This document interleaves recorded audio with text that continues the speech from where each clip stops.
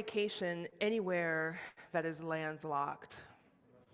I've been to the Bahamas, Barbados, Jamaica. I've even frolicked in the Reed Sea when I traveled to Jerusalem.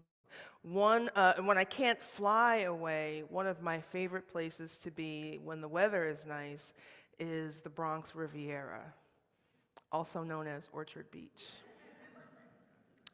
I have my favorite spot, and I could sit there all day, and I usually do. I get there early, and I stay until just before sunset, just sitting, dozing, watching people, calling out to the vendors. I don't go in the water a lot, but I'll sit and just gaze out across the water. I love being near the water. In fact, if we were doing a Lectio Divina reading of today's text, I wouldn't be Peter or the disciples or Jesus. I would be someone in the crowd sitting on the shore while Jesus was in the boat. And even towards the end of the text today, I would be someone standing on the shore watching Jesus and Peter as they're out on the water having their conversation. I love being near the water. I don't love being in it. I will enjoy it up to my chest, and that's about it, because I can't swim.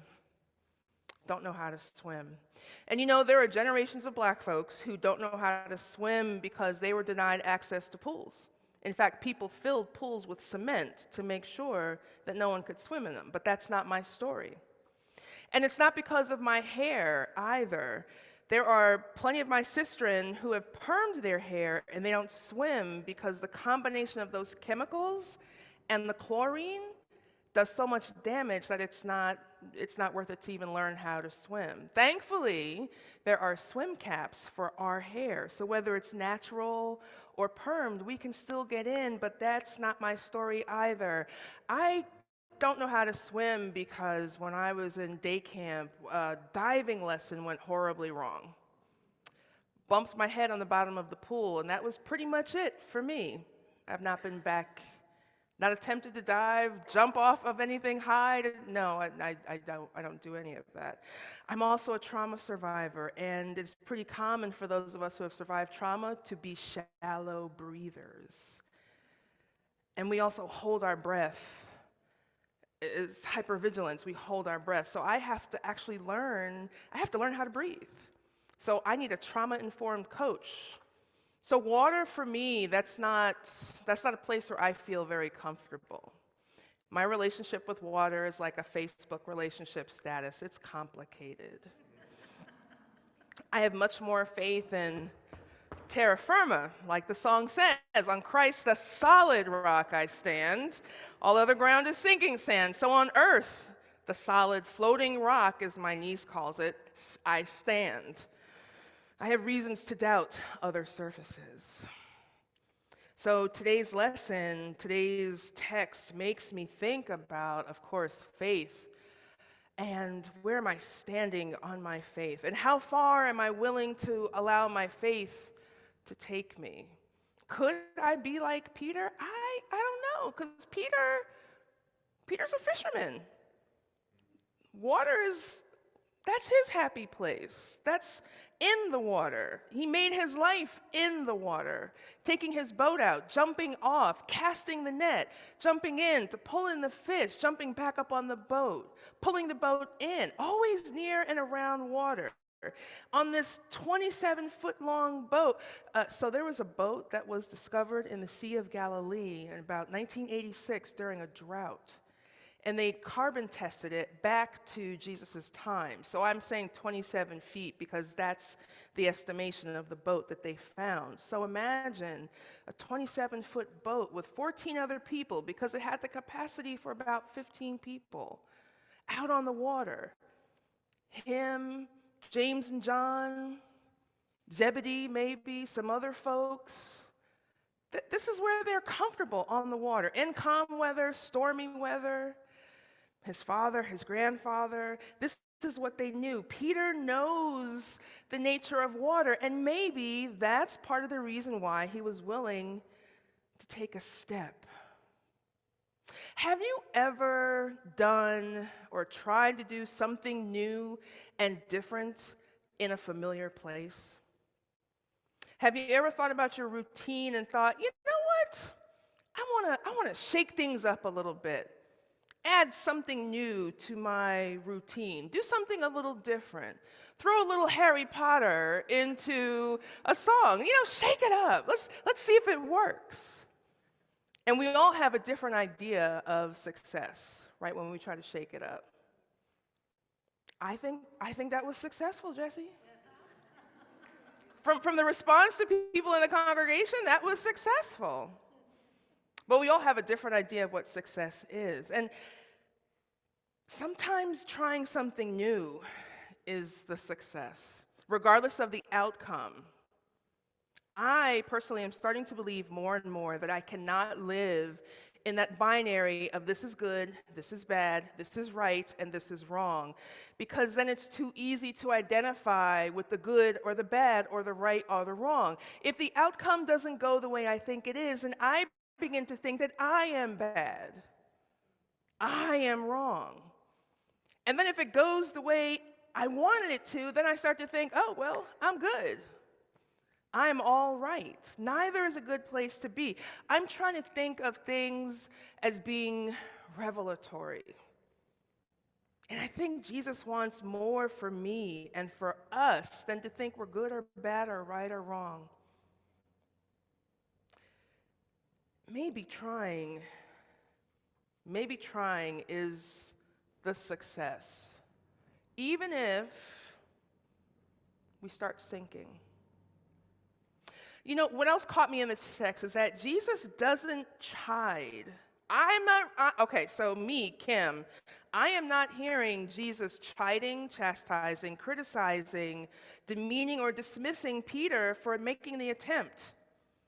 I don't hear that, and that's not my Jesus talking anyway, so I can't hear that. What I'm hearing Jesus do is noticing and naming where Peter is in his faith journey. Oh, you have little faith. It's a measurement. It's not a mark on his character. And don't miss this. Don't miss this. Oh, you of little faith, you stepped out on water and you only walked so far. You had enough of your little faith to even take a step on water and walk on water. I grew up with this idea that Peter was I grew up with the idea that the voice of Jesus was saying, oh, Peter, you have little faith. I don't hear that now. I hear Jesus saying, Peter, you've got a little bit of it. There could be so much more. There could be so much more. Whatever experiences that might result in that sinking feeling, whatever doubts we have, and doubt, I think of doubt as like this swaying back and forth between decisions. Like I'm kind of in the middle. Should I stay or should I go? It's kind of like that doubt there. Yeah, even the Clash had some doubts. Whatever that is, that it feels like it's pulling us under, Jesus is still right there with an outstretched hand. And look, his hand wasn't just outstretched. The text says Jesus grabbed him to rescue him from danger. Think about the things that cause you to feel like you're sinking, or the places where you feel like you're between that decision. I don't know which way to go. God, rescue me from the danger of believing that I'm a failure. How about let's start there? Rescue me from the belief that I am a failure because the outcome didn't come out the way I wanted it to. Because if I always think of myself as a failure, imagine if Peter thought of himself as a failure. We're gonna hear it unfold as we go through Lent. But the Peter we know, because we know him from the end, right? Imagine if that Peter in this moment thought of himself as a failure. And we know when we think of ourselves that way, we freeze. And we don't want to move forward. So God, rescue me from the danger of believing that I'm a failure because I want to move forward. I want to move forward, God, because I also want you to rescue me from comparing my family to somebody else's, from looking over the fence with admiration when I am completely aware of what's on the other side of that fence. Ouch. None of us have ever done that. Rescue me from comparing myself to the ways other people live. I know some people who look like they're living the lifestyle of the rich and famous, or cribs if you're of a later generation. And I can barely afford to travel across town. God, rescue me from the scarcity mindset that has me in such a grip that I have forgotten that I, from the crown of my head to the sole of my feet, am fearfully and wonderfully made, and that I am enough. God, rescue me from those thoughts. Rescue me from competitiveness. Rescue me from fragility. Rescue me from a sense of superiority that was served to me on a platter and that I don't deserve. God, rescue me from shame and guilt and self-doubt about my abilities, the very abilities that you gave me because you saw that I was capable. Rescue me from believing the lies that have been told to me my entire life, that I have also passed on to my children. God, rescue me from loneliness. Rescue me from fear. Rescue me.